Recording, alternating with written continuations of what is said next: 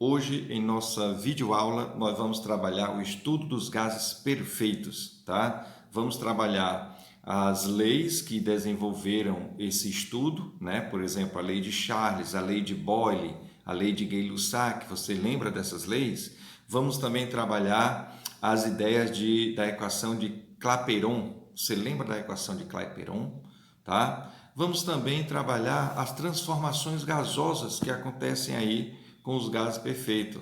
Essas transformações gasosas são de três tipos. Lembra de todas elas?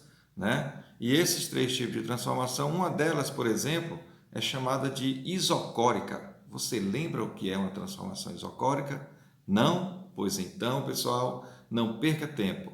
Assista aí a nossa videoaula e compreenda mais algumas ideias, além daquelas que você pode revisar, tá ok? Vamos lá então a nossa videoaula. Um forte abraço a todos, ative o sininho, antes de mais nada, ative o sininho e deixe seu like aí em nosso vídeo. Um abraço e vamos lá a nossa videoaula. Nossa segunda aula de estudo dos gases perfeitos. Tá? Vamos agora começar pelas variáveis de estado de um gás perfeito. Então, para estudar um gás perfeito, é importante que a gente lembre do que vem a ser o número de Avogadro, né? Quantas moléculas a gente tem que saber que existem em um mol de substância. Então, esse número de Avogadro diz que o A, né, o A maiúsculo, é o número de Avogadro, diz que nós temos 6,02 vezes 10 elevado a 23 moléculas para cada mol de uma substância. Não importa que substância seja, cada mol vai ter essa quantidade de moléculas. Outra coisa importante é conhecer também o número de mols, né?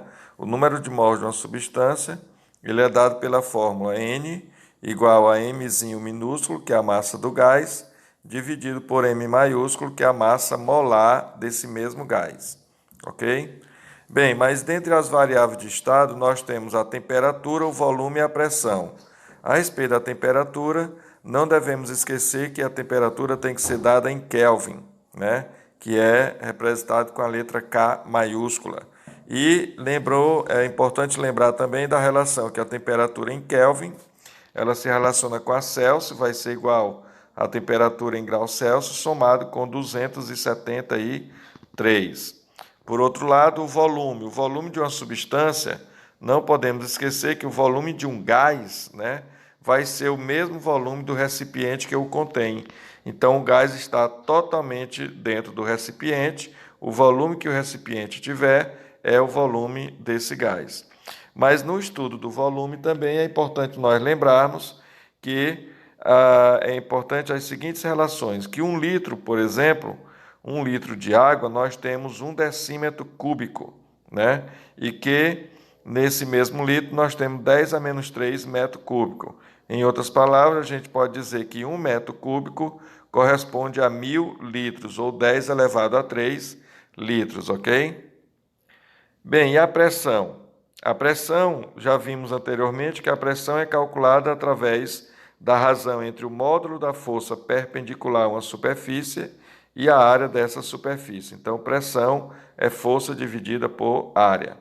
As unidades de pressão, ora, nós temos no sistema internacional o Pascal. O Pascal é representado pela letra P maiúscula e o A minúsculo, e o Pascal corresponde a 1 Newton, que é a força por metro quadrado, que é a unidade de área no sistema internacional. Então, 1 Pascal é 1 Newton por metro quadrado. A atmosfera normal, que é representada pelo A maiúsculo e o T minúsculo. Uma atmosfera normal corresponde à pressão de 760 milímetros de mercúrio, que é aproximadamente 10 elevado a 5 pascais. Por outro lado, o ATM, que a gente chama de atmosfera técnica métrica, né, o ATM, corresponde a 1 kg força, 1 kgf dividido por centímetro quadrado, ou seja, 1 ATM corresponde à força de 1 kgf, que é 1 kg força, agindo em cada 1 centímetro quadrado da região que estiver sobre aquela pressão. E essa razão corresponde a aproximadamente também 10 elevado a 5 pascais. Tá? É importante a gente lembrar que a pressão depende de dois fatores. Depende da quantidade de moléculas que colidem por unidade de área, né, as moléculas do gás.